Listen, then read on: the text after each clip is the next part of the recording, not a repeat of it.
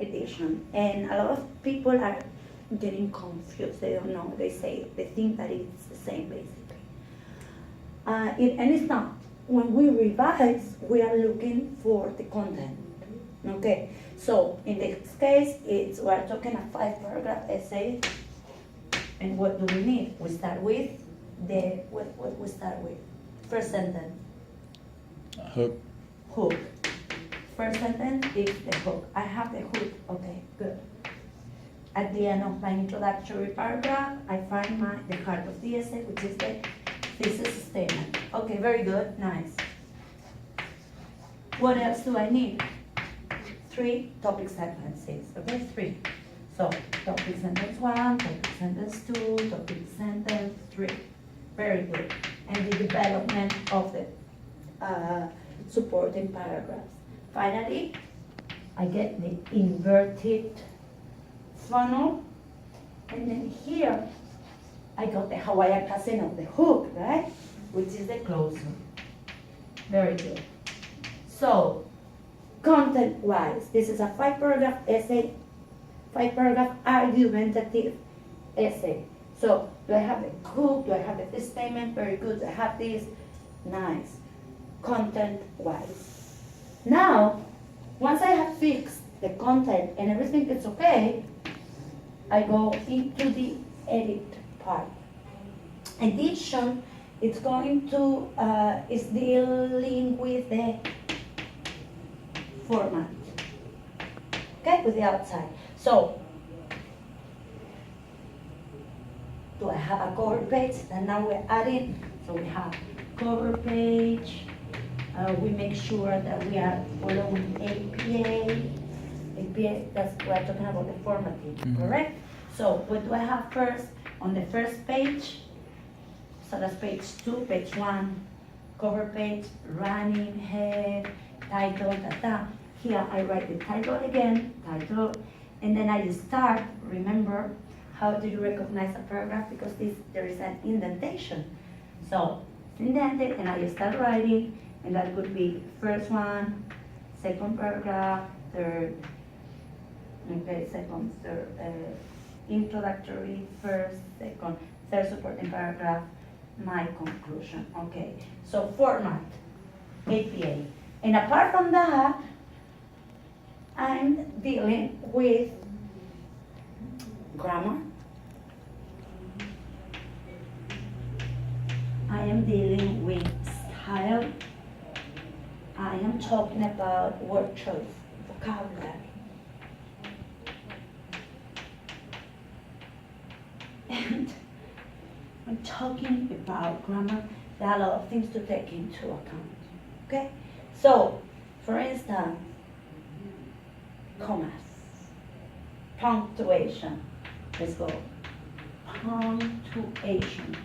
The misuse of commas, lack of semicolons, for instance. Grammar, it's parallel structures as well. Make sure it looks good. Grammar is dealing with another problematic point could be that your subject and your verb, they have to be aligned. So in number and gender. Okay, so grammar. On the style, we make sure that we do not want to add contractions. So do not, will not. Just to give an example of today, okay? Make sure, the style is as well related to the vocabulary I'm using. Do I need to make any type of transformation? If I'm writing a lot of adjectives, sad,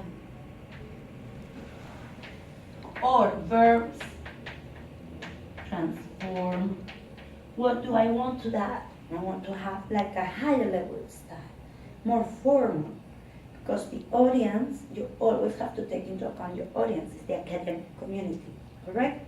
So, sad, hey, I'm going to transform it in a noun, into a noun. So, sadness, or the verb to transform, so transformation.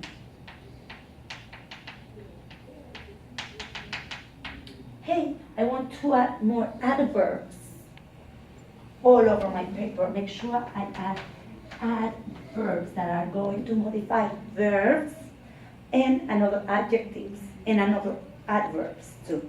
So I'm using all that. All of this is related to the vocabulary choice and the style.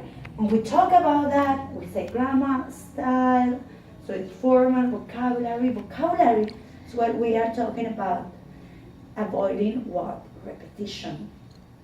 All right? So avoid repetition. We are going, therefore, to use synonyms. Synonyms. All right? All of this is related to the edition. Guess what? Imagine I'm editing my paper. I go and I start editing, and then afterwards, after the work, the time that I'm putting, I realized that I was missing something. That the topics in this second supporting paragraph has got more than one idea. How many main ideas that support the paragraph? How many? One. Only one, right? So it has got like many. Wow, I have to change. So it is not a good idea to first edit and then change the content and then you have to edit again. That's not that smart. First of all, I make sure that I have everything for the content. And my suggestion, now we have that revision, edition, we have this. My suggestion is both for the edition and for the revision, number 2, that will be number 2, I'm going to create a checklist. For the content, what is my professor, what is the assignment about? Do I have this? Click, click, click, click. Have a lot of courses like business, for instance, and many students are missing like some points. So it's like you have to discuss about cultural awareness and discuss possible problems that may arise when dealing with a globalized or international company. And then they concentrate only on the second part and they forget the first question. So make sure that you get that. They're asking for this, okay. So for the checklist of the edition, my suggestion is like, okay, now you know what your problematic areas are. Let's say, hey, I tend to write very informally, okay? So I tend to write very informally. Can you pause it? What do?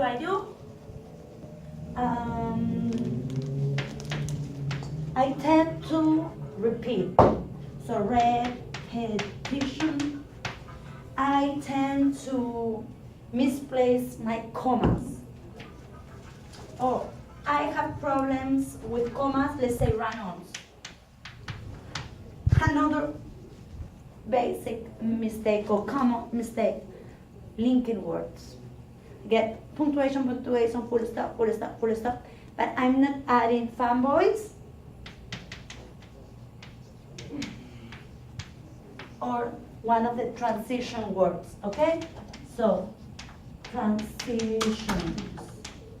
transition word. So, only these, those are my main 4 areas of mistake, okay? My weakest points. So, I'm going to go one by one. Going to check for repetition. In your case, you were talking about depression, or you were talking about change. So, I'm going to read my paper, and one by one, I'm going to see, like change, underline, for instance. And then you will realize, wow, actually I was repeating. What can I do? I'm going to use synonyms. What can I do? I'm going to use parallel structures or fanboys to join 2 sentences so I don't have to repeat that same word. Good. Once I have finished that, one by one, say, okay, check. Now, what about the commas? I'm just going to concentrate on the use of commas and semicolons. The same thing with transitions. I don't have enough transition going to go. So you don't want to edit your paper without having a checklist. Why? Because it's always easier. Doesn't it happen to you that it's always easier to check somebody else's mistakes than your own mistakes? Why? Because you are the writer. You wrote that. Especially with longer papers, you've been working so much with that paper. It's like your baby. You don't realize. Today, for instance, I was editing. I was revising first and then editing very complex annotated bibliography, okay, for copyright issues. And on the annotated bibliography, there's one section is related to summarizing, okay, it's like a synthesis of that entry, and then the usefulness. So there was some mistakes of like stylist mistakes. We were not adding the proper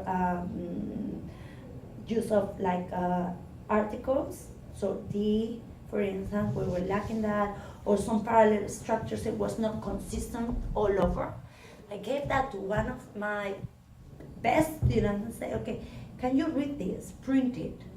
Another thing, you create your checklist and then you print your paper. Yes, print your paper, but don't do it on the screen. On the screen, many times everything looks nice. Once you have printed out, it's like, really, how did I miss that?